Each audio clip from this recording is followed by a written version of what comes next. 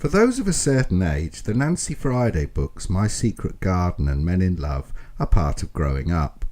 Of the two, Men in Love is the more interesting. Instead of page after page of women rubbing one out, dreaming of filleting an Alsatian, or what they would do if they had a willy, Men in Love spent time analysing the men's fantasies and exploring the psyche behind their desire to be a lesbian or the sex toy of an Amazon. Which leads us to the story in the Daily Mail, linked below, that Britain is the second largest consumer of porn. Hooray! Behind America. Boo! But because America has a larger population, this means that Britons are the world's biggest tossers per capita. Land of hope and glory. Now, before we all rush off and get this honour printed on our business cards, it should be pointed out that the data only came from one site, Pornhub. So until all porn sites in the world report, we should hold back our excitement. Nudge, nudge, wink, wink. For the more paranoid out there, or those that have not already placed tape over the webcam, the top 3 searches by women are lesbian, lesbian scissoring and threesome, while men search out MILF, stepmom and stepsister. Which got me wondering how they know, and then I remembered that besides filming you surreptitiously for the purpose of blackmail, they could also obtain the information via people signing up for the site, for presumably the good stuff under the counter. I mentioned in a previous video that porn has the related business of blackmail. Offhand I don't recall the figures, but there are some don't call Saul type lawyers whose sole business is sending threatening letters offering not to forward compromising clips of the vinegar stroke to employers, family members and divorce courts, if you send them a fee. And of course there are the criminals running such enterprises as the West Midlands police scam. But back to the fun stuff. According to the Daily Mail, burglar and giantess are among the top searches rising up the porn charts. And to save you the trouble, I donned my Trilby hat with a big sign marked press and went to take a look. Burglar is a variant of the old trope of porn, the repairman and the horny housewife, with the twist that the bloke is wearing a balaclava. It's pretty standard fare and very much in line with the rape fantasies in My Secret Garden, or Beauty and the Beast if you want to get politically correct about things.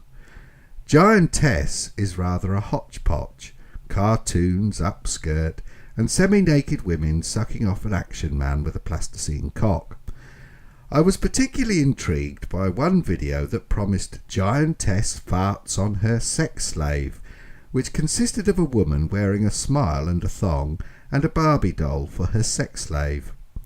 After a bit of dialogue and what passes for acting in porn films, the doll was thrust into the back of the thong and farted upon, while the supposed giantess struck various poses, at which point I made my excuses and left, as they used to say in the News of the Screws. British chav is apparently another popular search.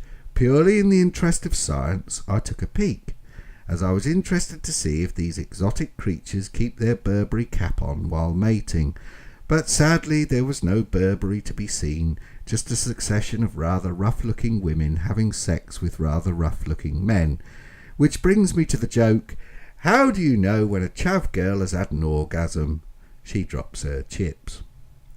For those interested, there is also a list of average time per visit by country, from which we are supposed to infer that Japanese come quickest at 7 minutes 27 seconds, while the Philippines need a little longer at 12 minutes 45 seconds, which may or may not say something about the sensitivity of sexual organs by country, or more likely is an indication of the speed of the internet. Those who recall dial-up will recall the terrible dilemma of, do you let yourself go at the twinkling eyes or hold yourself back to see the whole face? Which brings me to Claire Perry, MP for Devizes, who has decided that all of this dangerous fantasy has to stop. Well, not exactly stop. In the best traditions of authoritarians and blackmailers everywhere, she doesn't want to stop you flicking off at the wrist, but she does want to know what you are watching, and she wants you to prove that you are of a legal age to be having that quick hand shandy. Won't somebody please think of the children? And of course the debate gets tied in knots about child pornography and snuff movies, bestiality, rape, etc. No one, so far as I know, is suggesting that the law should change to allow people to possess such material, and there is no suggestion that Pornhub hosts such material. Also, there is an argument that consumption of porn has led to a change in the way that young people, God I sound old, are having sex, and it has to be admitted that there is a rather formulaic manner in which porn happens. In essence, 1/3 fellatio, 3/6 thrusting, and the cum shot over the face. Thus the argument has some merit, though what is never mentioned is the parallel issue of sex education in schools, which is a subject too large to be discussed here, but I would suggest it bears an equal culpability for promoting the notion of doing sex right. But back to porn. If you have a thing for women farting on a Barbie doll, no doubt due to some specific and arousing experience in childhood, is this really so harmful to society that you need to register with the government in order to prove that you are of an age to consent via age verification, or that your employer should know, or that should you want to help out at the local Cubs, that it should show up on a CRB check or a credit report or wherever else the ISP holding the information chooses to sell it? According to Ms. Perry, we all feel very strongly that the bill is a brilliant step in the right direction.